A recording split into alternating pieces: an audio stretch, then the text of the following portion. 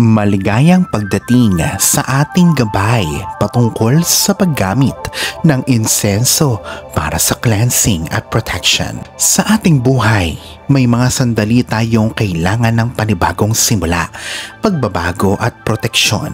Sa gabay na ito, matututunan natin kung paano gamitin ang insenso upang makamit ang mga ito. Kung ngayon ka pa lang sa channel na ito, huwag kalimutang i-like at i-share ang video na ito. Mag-subscribe ka na din at i-click ang notification bell para lagi kang updated sa mga pinakabagong videos patungkol sa tunay na espiritualidad.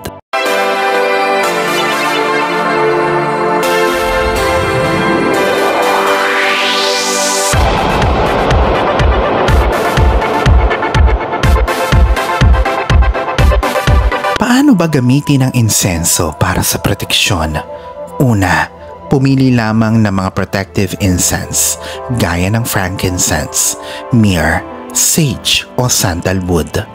Pangalawa, kumuha ng incense holder, posporo o lighter. Pangatlo, lumikha ng tahimik na espasyo.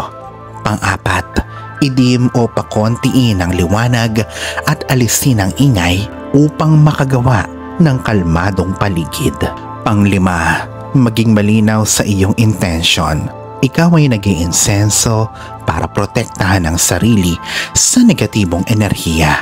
Pang-anim, i-focus ang isip sa kung saan mo gustong protektahan ang sarili. Pang-pito, depende sa iyo. Buksan ng mga pinto at bintana upang makalabas ang negatibong enerhiya. Pangwalo, sindihan ng insenso at sakahipan ng apoy. Pangsyam, i-visualize na may isang protective shield na nabubuo na siyang nag-aalis ng negatibong enerhiya.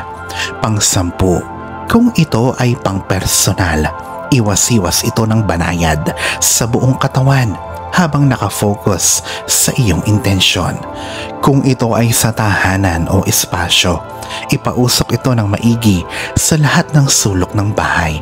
Mag-focus sa intensyon mo na salagin ang mga negatibong enerhiya. Pang-11, pagkatapos ng ritual ay magpasalamat. Tapusin ang ritual na may pakiramdam ng seguridad at proteksyon.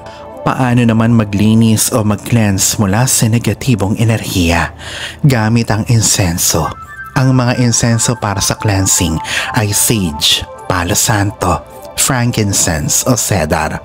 Gawin ito kung sa pakiramdam mo ay may negatibong enerhiyang nakakapit sa bahay, sa sarili o sa anumang bagay.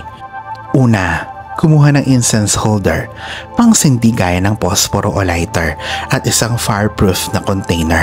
Pangalawa, ihanda ang espasyo, alisin ang anumang kalat, buksan ang mga bintana kung maaari at mag-set ng intention sa isip na ikaw ay magki-cleansing.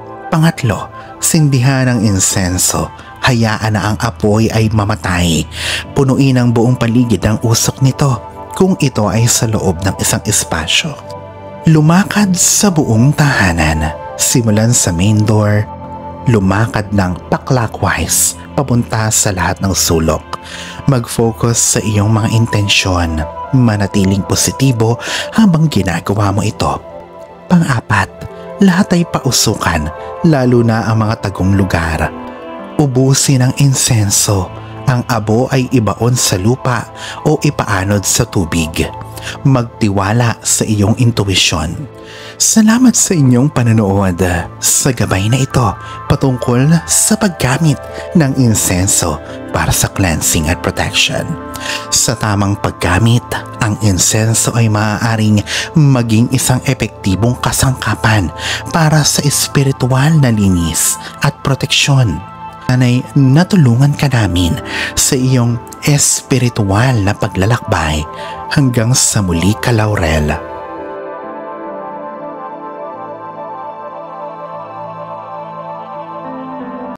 Alalahanin na sa poong may kapal pa din, nagmumula ang lahat ng pagpapala, ang kasipagan at ang kabutihan sa ating kapwa kasabay ng buo mong pananalig sa may kapal. Ang siya pa rin na dapat ay manaig. Ang mga ito ay mga gabay lamang. This is Fiddle Rosario. Thank you for watching.